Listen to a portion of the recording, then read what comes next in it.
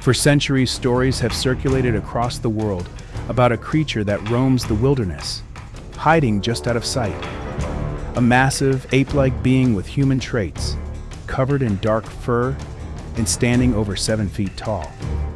It's a legend that haunts the forests of North America, known by many names: Sasquatch, Yeti, or simply Bigfoot. But the question remains, is Bigfoot real, or is it simply a myth, a product of imagination, a misidentification, a mystery that refuses to fade, even after decades of investigation and speculation?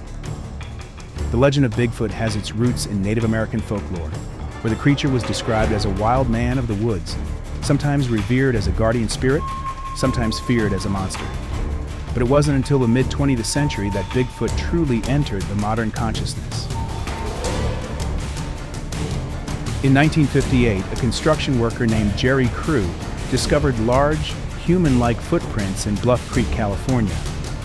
It was the first widely publicized sighting of what would come to be known as Bigfoot. From that point on, reports of sightings, strange footprints, and mysterious sounds began to flood in from all over North America. In 1967, two men, Roger Patterson and Robert Gimlin, filmed one of the most famous pieces of evidence, a blurry, grainy video of a large, ape-like creature walking through the trees of Bluff Creek. To many, this is the smoking gun, the proof that Bigfoot exists. To others, it's a hoax, a staged piece of footage that has been analyzed and debated for decades. Over the years, researchers have poured into the forests, hoping to capture concrete evidence of Bigfoot's existence. They set up motion sensor cameras, record strange sounds, and even cast footprints they believe belong to the elusive creature. Yet despite the efforts, no one has ever found definitive proof: no body, no clear video, no undisputed physical evidence. The footprint evidence is perhaps the most compelling. Thousands of prints have been found across North America, some up to 24 inches long. But are they evidence of a giant, undiscovered species, or simply a case of misidentified bear tracks, hoaxes, or even the human imagination at work? Scientists are divided. Some dismiss Bigfoot as a myth, pointing to the lack of physical evidence and the implausibility of a large, undiscovered primate surviving in the wild for centuries.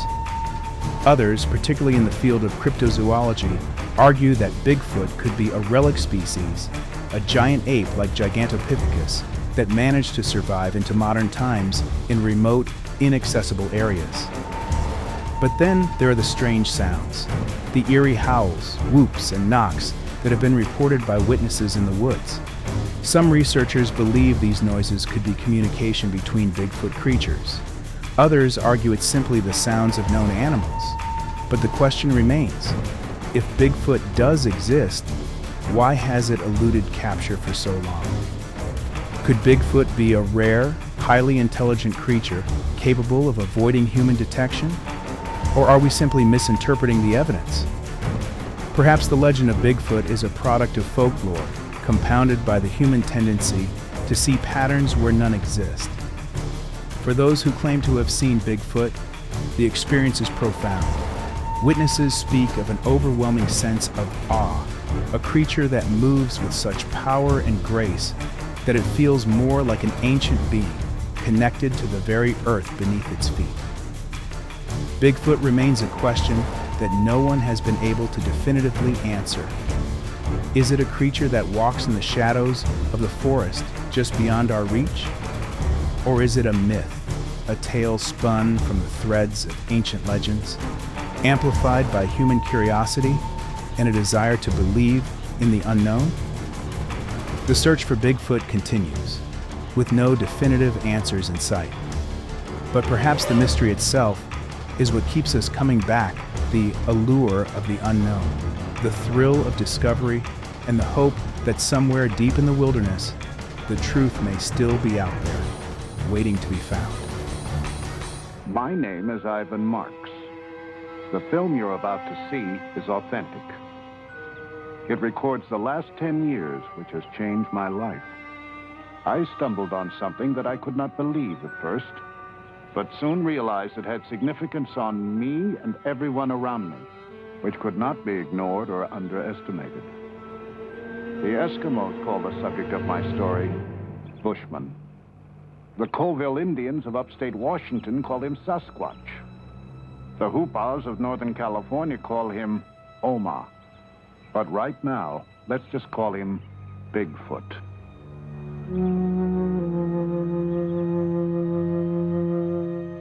Shekanopithecus has popped up a lot in cryptozoology circles as the identity of the Yeti or Bigfoot, human-like monsters that are bound in local folklore, which started in 1960.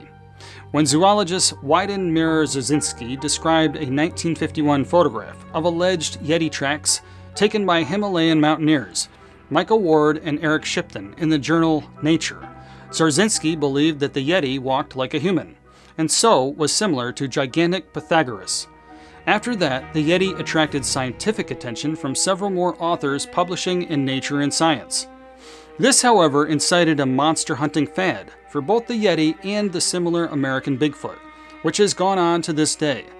One scientist who continues to try to prove such monsters exist is anthropologist Grover Krantz, who continued searching for a connection between gigantic Pythinus and Bigfoot from 1970 until his death in 2002.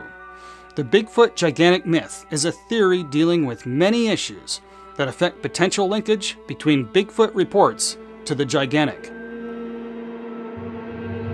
I'm Grover Krantz. I'm a professor of anthropology here at Washington State University. I teach courses in dealing with physical anthropology, introduction to the subject, human evolution, human races, the human skeleton, and sometimes seminars on advanced subjects. Do you feel compelled to still make the case for the existence of Bigfoot? Well, I'm satisfied that this Bigfoot thing exists. Trying to make the case or argue for it on the present evidence is largely futile, but I'd like as much as possible to let the word out as to what I found out and what I'm doing. Tell me, why is it futile? Could you elaborate on that? Almost any scientist will tell you in no uncertain terms that you will prove the existence of the Bigfoot or Sasquatch by bringing in a body or a substantial piece of one. No other evidence is proof. They are adamant about this. And now to that end, there's been a lot of controversy in the past about what you've called for. At one time you were said to, we talked about this before, you were going to get in an ultralight helicopter and go around and search for one throughout the woods for a dead body. We talked about that, for a body. Mm-hmm. To that end, finding a body, what's been your position about this research? Well, my preference certainly would be to find a body of a natural death or one that was already dead for other reasons. But the chance of achieving that is so near zero as to be almost silly to pursue it. Nevertheless, I have tried as much as possible. My attempt to build and fly an ultralight helicopter and use an infrared imager to locate a decaying body so far has failed. The imager works, but I haven't been able to get the helicopter off the ground. I'm going to make one last attempt later this summer and see what happens. You're going to try to get it up in the helicopter? I'm going to try to. That would be fun to be there. No way. I don't want somebody photographing my bloody body as it's dragged out of the wreckage. So you have tried to I've tried to make it go up and it hasn't. Uh-huh. The engines will not go around fast enough, and I finally figured out what the problem was. But then for a couple of years, 3 years now, I haven't had a chance to correct the situation. Mm-hmm. What is your new book about? Tell us about this. Well, I've just finished writing a book. I've titled it Big Footprints, which explains all of the scientific evidence that relates to the Sasquatch. That is, all of the evidence that can be handled in a scientific manner. Now, this is not a listing or description of all the reports of people who have encountered it. This has been well done by John Green and other people in previous publications. But I'm analyzing the footprints, the Patterson film, and other bits of evidence. And I'm also trying to, in this book, explain to my scientific colleagues why I take this so seriously. Most of them have no idea of the quantity or quality of information on this. Why do you take this so seriously? Can you boil it down for our purposes? Well, one good reason to take it seriously is the footprints that are available. When you try to consider what are the alternatives, and there's really only two choices when you look at a lot of them, they are either fabricated by a human hoaxer or they are made by the Sasquatch. And when you consider the possibilities and the difficulties and the requirements for a hoaxer to do not some, but all of them, you find you run into an absolutely impossible situation. So the way I like to put it is the Sasquatch is ridiculous. The alternative of a hoaxer is impossible. Therefore, the ridiculous must be true. Bigfoot is, fill in the blank. Bigfoot is a large, massive, hairy, bipedal, higher primate. You could describe it as a gigantic man covered with hair and being rather stupid, or an oversized, upright, walking gorilla. And we're talking body sizes of 6.5 to 8 feet tall, body weights 500 to 800 pounds, covered with hair, incredibly strong, ape-like faces, arms a little bit longer than usual, no constriction at the neck. Well, you got a fair description. Why has this intrigued you? For how long have you believed that there's something out there? Well, I wouldn't say I believed there was something out there. Unless, well, the term belief usually means an opinion held because it makes you feel good. The first time I ever heard of these things, I think I was about 16 years old. Oh, I believed them instantly. But did I think they were real? No, no way. I was here at Washington State University for about 2 years before I finally got hold of some direct information, and that amounted to a pair of footprints. I saw some in the wild, and I got the casts and analyzed them, and the right and left foot were quite unlike each other. They weren't mirror images. One of them was obviously crippled. I analyzed those, and this was back in 1970, and finally decided that the design of foot that's implied by the crippling was exactly what you would expect for a creature about 8 feet tall and enormously heavy. And I finally decided if somebody faked that and put all these subtle hints of the anatomy design in that, he had to be a real genius, expert at anatomy, and very inventive and original thinking. He had to be outclass me in those areas. And I don't think anybody outclasses me in those areas, at least not since Leonardo da Vinci. And so such a person I'd say is impossible, therefore the tracks were real. Where does the research on the topic stand?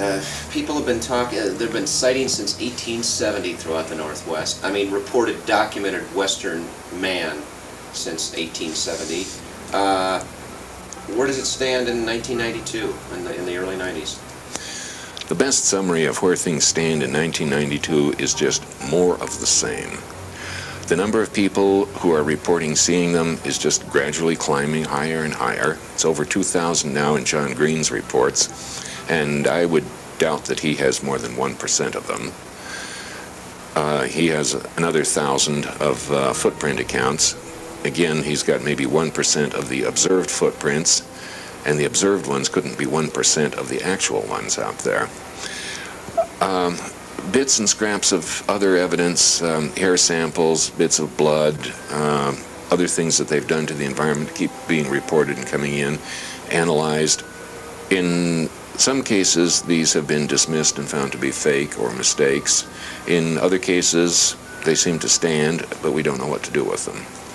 I would say the best new evidence that's come in the last even 50 years is really two things: the Patterson film of 1967 and the footprints with the clear dermal ridges, like fingerprints, that came in 1982. We've gotten no more films since then, at least none that are legitimate, though we have gotten a few more footprint casts with dermal ridges.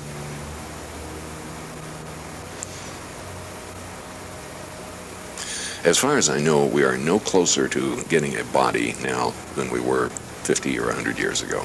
What about your colleagues? Will they ever embrace the notion of Bigfoot as scientifically significant? And how do you feel, after answering that, how do you feel with the scorn and the ridicule and the constant belittlement that you've had to undergo by your colleagues? When will they ever embrace this notion, and how does it make you feel that they've resisted? They're not going to embrace the idea of the existence of the Sasquatch until the definitive evidence comes in. A few of them will accept it when they have done a substantial fraction of the kind of research that I've done. When they've talked to enough people, they're going to be convinced that there is no other explanation. But until they do so, and not all my colleagues can do it, there's simply not enough time in their schedules, and they can't reach all the people.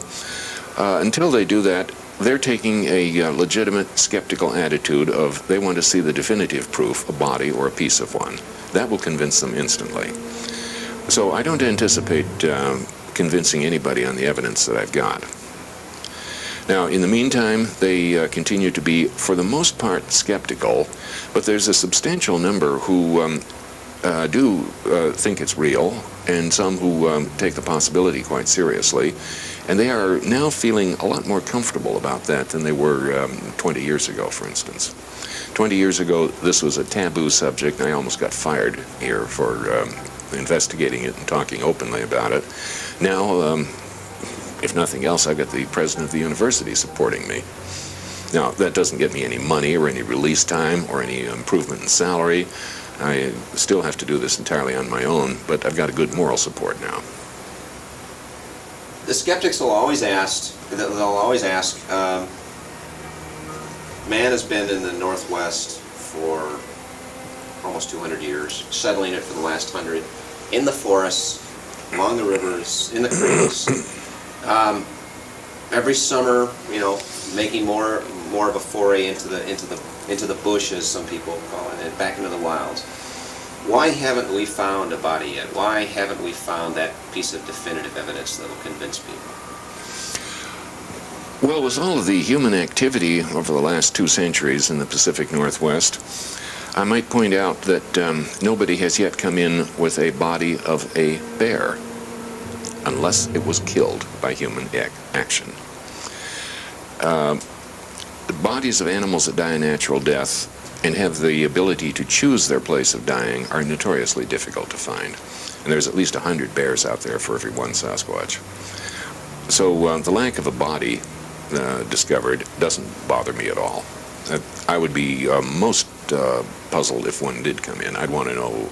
I'd be very suspicious. I'd smell a rat if somebody said they found one. But we've talked about this before about Jacko, the ape boy, back in the 1920s. 1889. 1884. Okay. Tell me about that story again. Back in 1884, when the Canadians were just finishing or near finishing their transcontinental railroad, a creature was reported found by the railroad crew on the Pacific end, which is well into the Rockies. The creature supposedly stood 4 feet 7 inches tall, weighed 127 pounds, which is very heavy set for that height, covered with hair and obviously not human, but walked bipedally. This was a newspaper account, and there was practically no follow-up of it. My suspicion is that that creature was taken across, they couldn't take it across Canada at the time, but they could move it down into the United States across the Northern Pacific Railroad that was just completed in that time. And it reached the railroad end, perhaps at Duluth, Minnesota, where Barnum's circus men located it. And it was incorporated into Barnum's circus as Jojo the Dog-Faced Boy. That's my best guess. I think it probably died that season. We have no idea what was done with it, and it was such a hit that they replaced it with the hairiest-faced man they could find the next season. But that's, as far as that story goes, that's kind of where it ended, right there. I'm afraid that's a dead end. Uh-huh. Yeah. There is one possible follow-up on that, and a friend of mine finally managed to do it. Barnum has a circus in Connecticut, one of the places where he headquartered, has a circus cemetery in Connecticut, and a few individuals from the circus like Tom Thumb are buried there. So my friend went through the cemetery looking at all the headstones to see if he could find a name that was reminiscent of the man in charge of Jacko or Jacko itself or Jojo or anything that might be remotely hinting at it, and he found nothing. Oh, they're dead end. What about others in the research field? You and I have talked about this before, about the acrimony between all of these different individuals. You and Renee DeHinden, for example, don't see eye to eye at all. Tell me why that happens. We have a problem with people in the real world who are trying to bring in the definitive proof of the Sasquatch. These people are basically all hunters who are trying to shoot the first specimen and bring it in. A lot of them will not admit that that's what they're doing, but unless they're pretty stupid, that's exactly what they're after. Now, each of them knows full well that there's going to be some substantial prize for bringing in the first Sasquatch. They also know, if they've given it any thought at all, that the scientific world will immediately take over, and there will not only be no second prize, but if you shoot the second one, you've broken a serious law. So all these hunters are trying to not only win that prize, but I think they're spending more time and effort trying to prevent the other guy from getting it than they are trying to do it themselves. Now, those who are really devoted to it, if they really devote their lives to this, all their life is to search for the Sasquatch. That's their only claim to fame.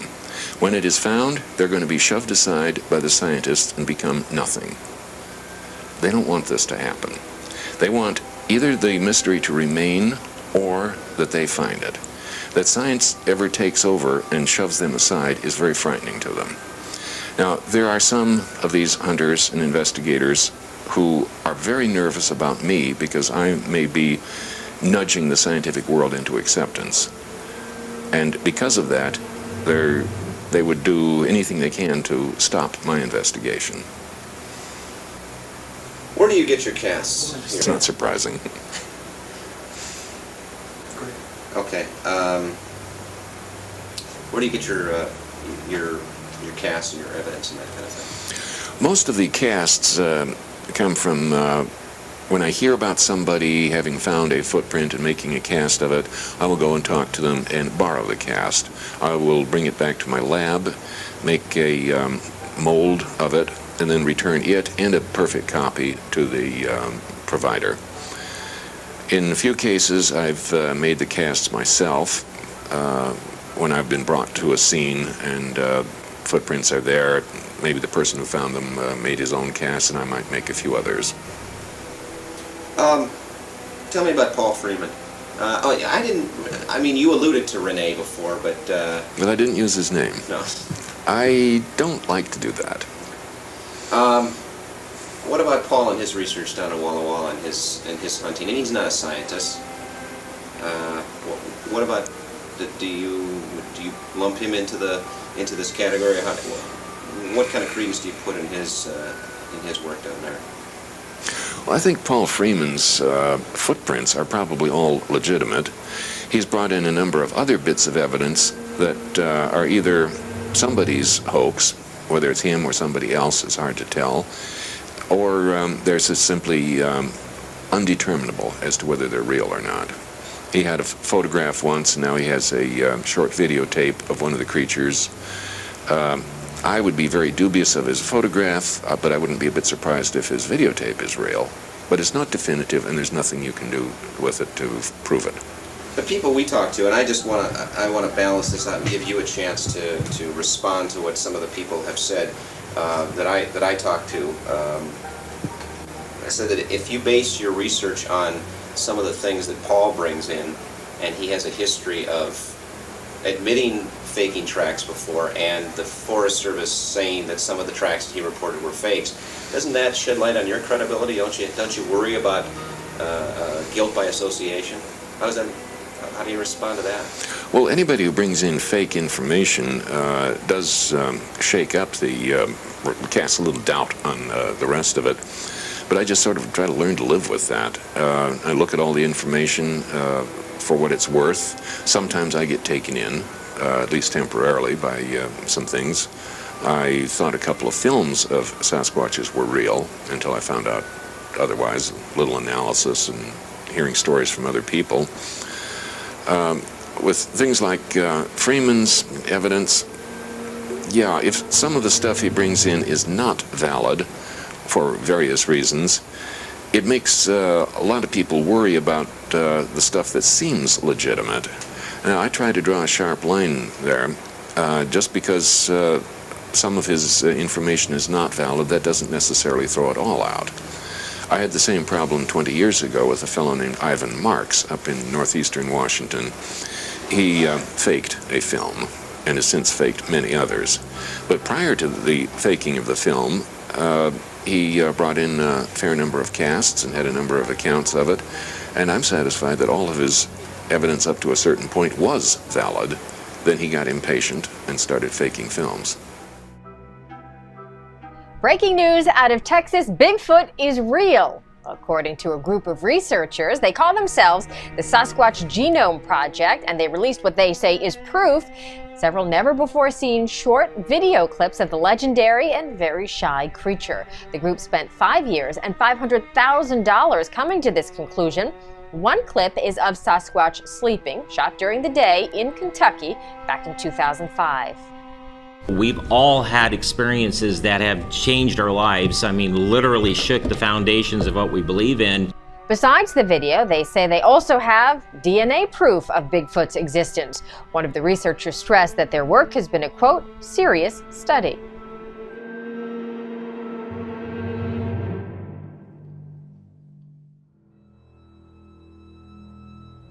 From Canada, I saw my first Sasquatch at 8 years of age in 1960. And since that time, in every decade, I've had sightings and interactions with them.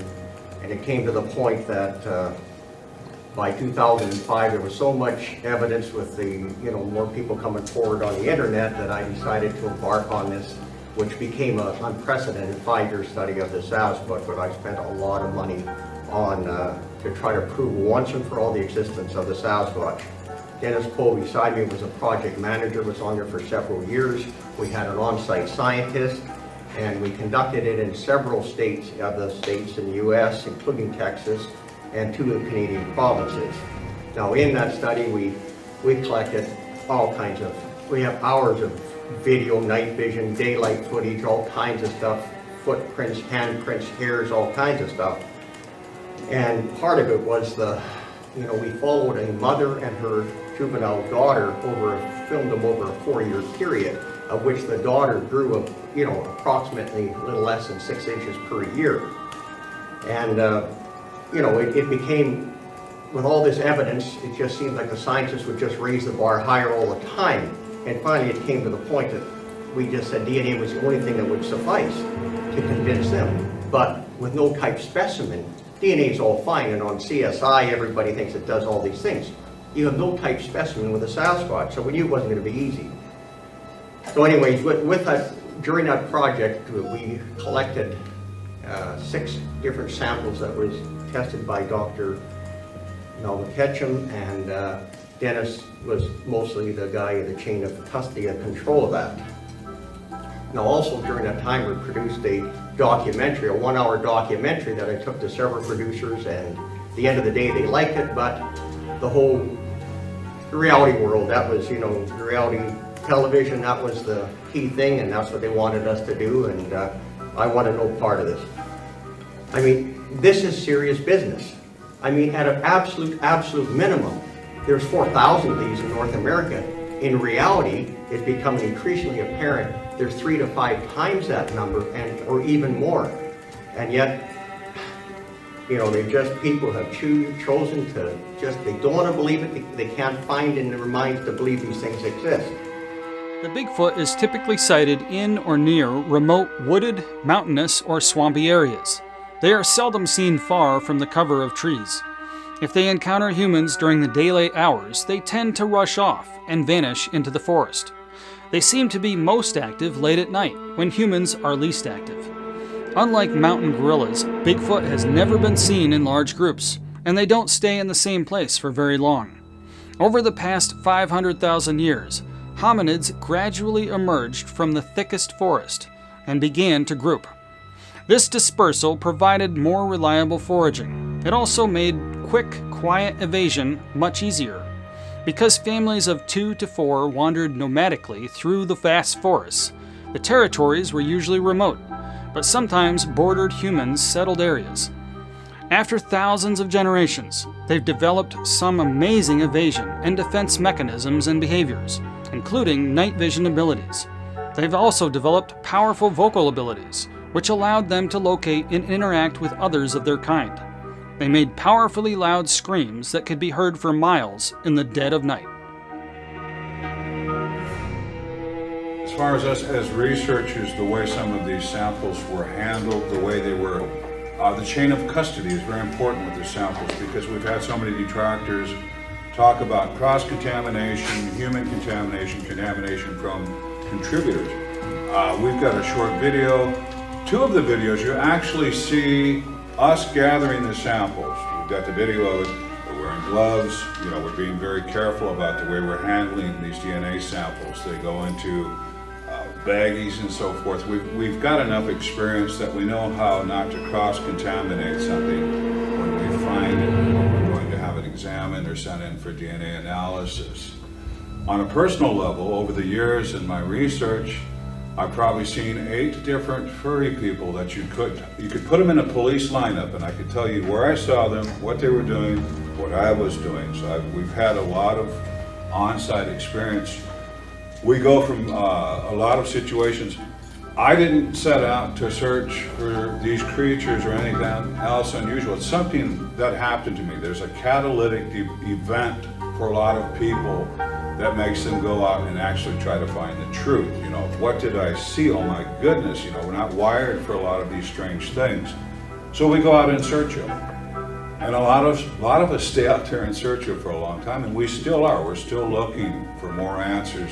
We're still looking for, on our part, better video. We're still looking on our part for better photos, better game cam photos, whatever we can do. It adds to the ever-mounting mountain of evidence that these furry people do exist.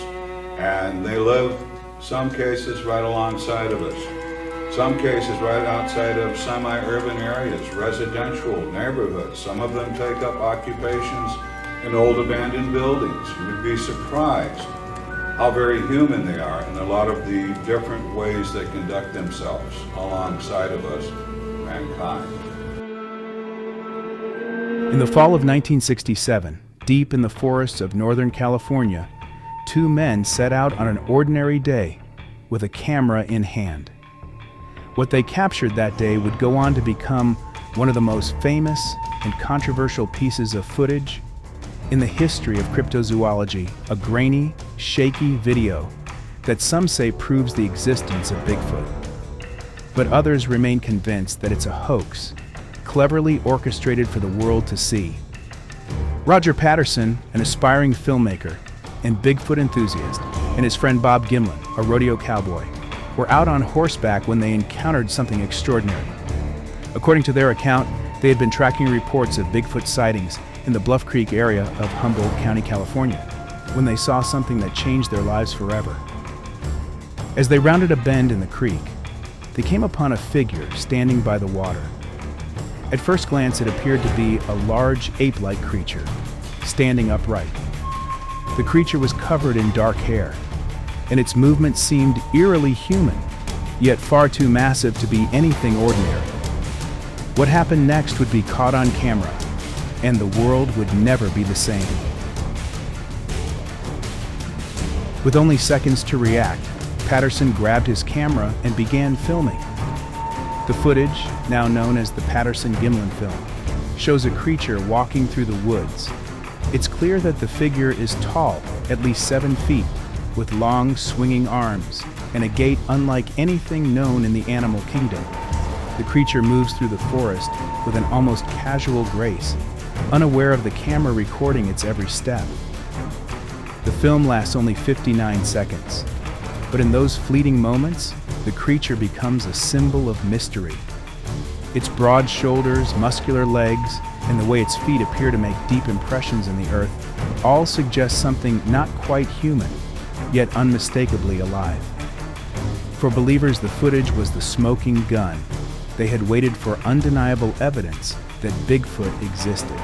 For skeptics, it was nothing more than a well-executed hoax, a man in a suit, or perhaps an elaborate trick. In the years since the film was shot, countless experts have analyzed the footage. Some claim that the creature's movements are too fluid, too natural to be a man in a suit. The arms swing with a convincing, lifelike motion, and the muscle structure beneath the hair seems detailed. The way the creature's torso bends and twists as it walks is often pointed to as evidence that it's not a costume. But the debate rages on. Could this be a real, undiscovered species? Or was it a carefully crafted hoax, created by two men eager to profit from the burgeoning interest in Bigfoot? For Roger Patterson and Bob Gimlin, their encounter with Bigfoot was not just a fleeting moment. Patterson, in particular, would spend the rest of his life defending the authenticity of the footage. Despite the skepticism and harsh criticisms, he remained adamant that what they captured was real. Gimlin, on the other hand, has remained quieter on the subject, often saying little about his experience in later years. For decades, critics have suggested that the film is a hoax. Some argue that the creature's walk is unnatural, too stiff at times, and its proportions seem off. Over the years, various individuals have come forward claiming to have been involved in creating the hoax, from costume designers to animal trainers. Despite this, no definitive proof has ever emerged to discredit Patterson and Gimlin's story. Today, the Patterson-Gimlin film remains one of the most compelling pieces of evidence in the search for Bigfoot. But it's far from the only piece. Over the years, thousands of alleged sightings have been reported, and Bigfoot enthusiasts continue to scour the forests of North America, hoping to catch a glimpse of the creature, or perhaps capture new evidence. For some, the Patterson-Gimlin film is proof of the existence of Bigfoot. For others, it's a symbol of the human desire to believe in the unexplained. Is the footage a glimpse into a hidden world, or a well-crafted illusion? The answer remains elusive. But as long as the forests remain and the legend endures, the question of Bigfoot's existence will continue to captivate us. The Patterson-Gimlin film, truth or fiction? Perhaps the only certainty is that it has kept the mystery alive, compelling us to keep searching, questioning, and dreaming of the unknown. The simplest explanation is that there is indeed a creature such as these people see, and it makes these tracks. Okay, well, if you consider only that, your reaction will probably be, well, that's nonsense, that couldn't be so. All right, but what are your alternatives? And the only one that has ever been raised that has any substance at all is that the tracks are the result of a human hoax. And certainly this is... In other words, if somebody is trying to pull something over on yeah, I mean, or what, huh? And you really can't write off all the sightings either. I mean, you can say some of them are mistaken and some of them are made up and some of them are hallucinations or what all, but it's you really can't write them all off. So that you've got to say that if you do not have such an animal, then you have not just one person, but a continuing group of people who are going to great trouble and expense to perpetuate this hoax. And they must be dressing up and masquerading to some extent, as well as manufacturing footprints. Well, that's not impossible, when people do some really queer things. But there's no evidence for it. In all this time, we've come up with all the evidence that you could ask for, that there is a creature other than the creature itself. I mean, here you have a creature that is obviously totally in command of the situation physically. It's too big for anything to bother it. It can eat just about anything. It's got a good fur coat and quite away we possibly go. can even sleep in the cold weather. It doesn't have to be around. And, you know, there's simply nothing there to put any pressure on this thing to develop, to survive by its wits. Yeah. And just be like the gorilla, which is a tremendously intelligent animal, but lives the life of a cow. You know, Yes. And this idea that this is some kind of subhuman or semi-human, or some people even think they're superior to humans, you know, the idyllic forest life kind of a thing. There's nothing going for it. There are people that claim to know a lot about Sasquatches, that claim that they're human, but either they're the kind of people who just have a belief and everything has to fit it, or else they're saying this because it's the popular thing to say. That's the only reason that there's any mystery to this at all, is that nothing physical has been found. If it ever had been, we wouldn't be sitting here. There would be another animal there that we would know about, and that'd be that. I'm convinced. It's not a matter of faith, it's a matter of evidence. I've got no commitment to an animal. I'm not in that field at all. I'm a newspaper man. All I was dealing with was something interesting. There's a phenomenon that attracted my attention, and I started investigating. One of the most frustrating things must be to actually see one. Yeah, I'm just as glad I haven't. Then in that case, you know, you have your own visual evidence that such a thing exists. Yeah, and then you can't stand back and take an impartial there's no way. at all. You're stuck. You know that such a thing exists. You're there trying to convince people that you're telling the truth and really saw what you say. Right. So, and this is very hard on a lot of people. It would be.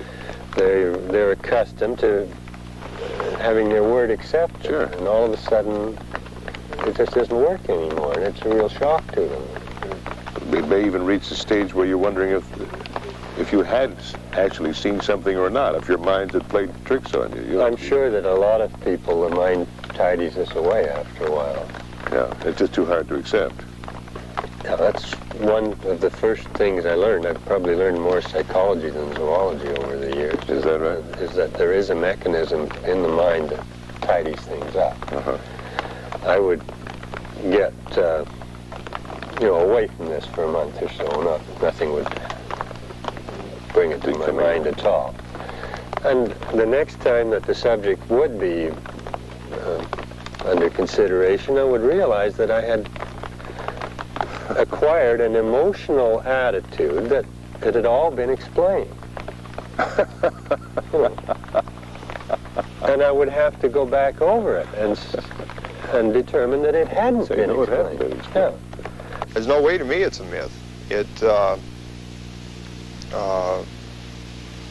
To me, I swear to everything that I hold sacred that yes, indeed, there is a Sasquatch. You take it for what it's worth. Some people laugh, some people listen. You get in a tight group of those who believe. It's just like a religion. If I were to say to you, prove to me today that God is here, and you'd have a heck of a time doing it, And likewise, you come to me and say, well, prove to me beyond a reasonable doubt that there's a Sasquatch. I can't. There's a little bit of faith involved in it, belief. You either believe it or you don't. The ones that have been in it for years, like John Green, 20, 25 years he's been in it, he's never seen one. But he's got physical evidence like you wouldn't believe, that these things exist. Something keeps that man going. I'm sure you've met the individual and you know that he's a sincere individual.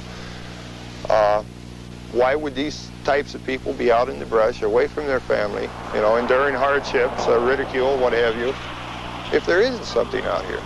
To me, beyond a reasonable doubt, there is a Sasquatch. I call it Sasquatch for lack of a better name. Someday it'll be named.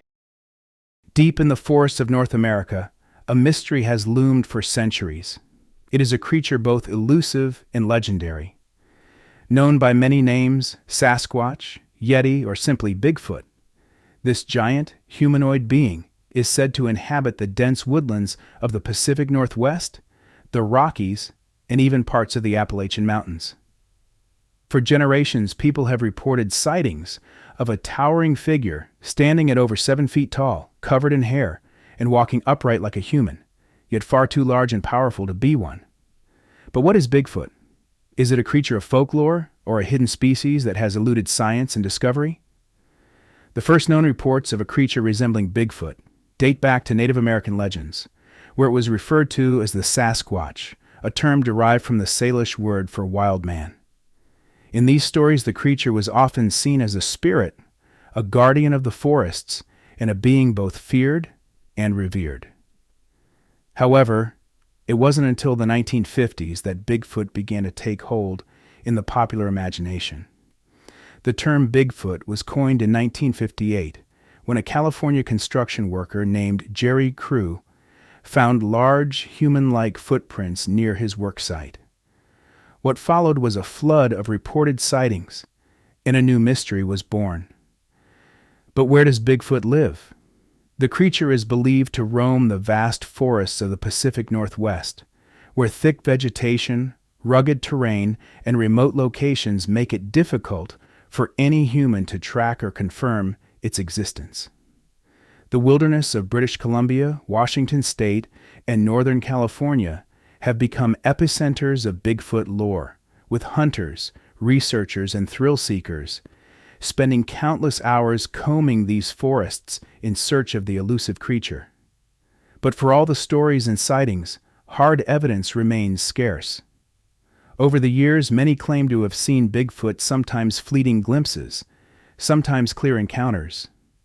Others have found large footprints, some even casting detailed molds, but no physical body or indisputable proof has ever been found. Perhaps the most iconic piece of evidence is the Patterson-Gimlin film, shot in 1967 in the forests of Northern California. In this blurry but still tantalizing footage, a figure, seemingly a large ape-like creature, walks through the woods. The creature's movement, the way it swings its arms, and the apparent muscle structure visible beneath the thick fur have fueled endless debate. But despite decades of analysis, no one has conclusively proven whether the creature is a genuine Bigfoot or simply an elaborate hoax. And yet, the sightings continue. In the forests of Washington, hikers report hearing strange sounds, low growls, heavy footsteps, and the snapping of branches in the dead of night. Some claim to have seen a hulking figure disappear into the trees, only to be gone before they can approach. Others speak of a strong, foul smell, like a wild animal that precedes its presence. For years, scientists and researchers have scoured the forests, setting up cameras, recording footprints, and collecting hair samples. Some of these samples have been sent to laboratories for analysis, but the results have been inconclusive. Hair thought to belong to Bigfoot often turns out to be from known animals like bears or deer. Despite the lack of irrefutable proof,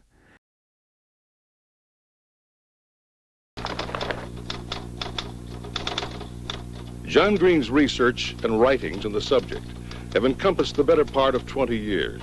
For Green, the Sasquatch exists, despite the fact that he himself has never seen one.